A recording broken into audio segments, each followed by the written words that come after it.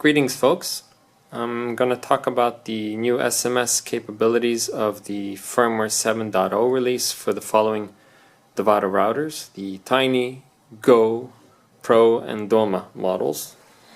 And in front of me here I have the DOVADO Go, which also works on battery. So if I unplug the cable like that, it will continue for a few hours.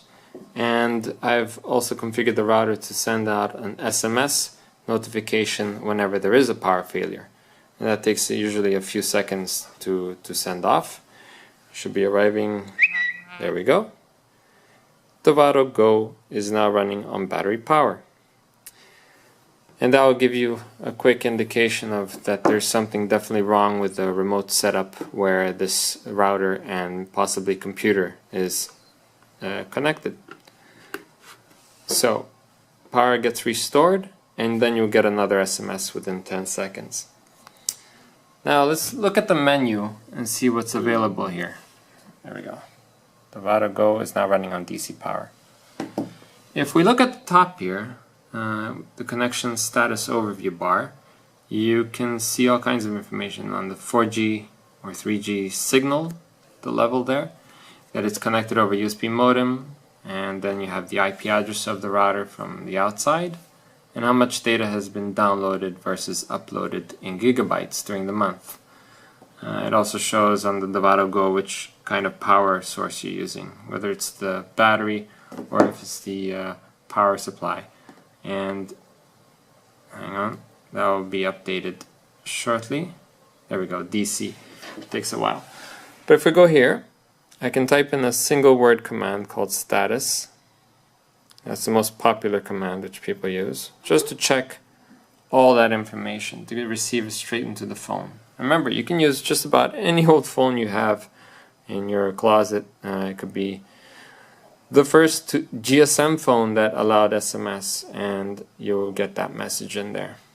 So it takes about 10 to 20 seconds, but there you have it. You got your full report of 4G at 38%, that's the IP address, and how much data has been downloaded, uploaded, and what kind of power you're running on. So let's proceed to the SMS section here in the menu.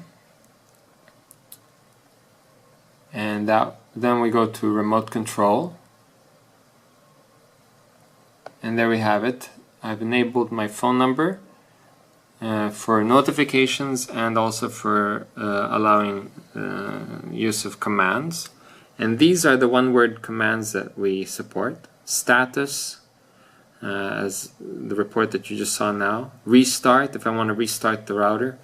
Disconnect the connection, so if I'm gone on holiday and I forgot to switch off my mobile internet, then I can just type in disconnect. And when I get back home, I can send connect. Reconnect, for instance, if you're having problems with the internet connection, it's not really reliable, sometimes you need to just reconnect it in order to get back online with a stable connection. And then there's the new one, upgrade. So if you click that in, you will be basically allowing the router to upgrade itself whenever there's a new firmware available. So new firmware will be indicated by notification SMSs.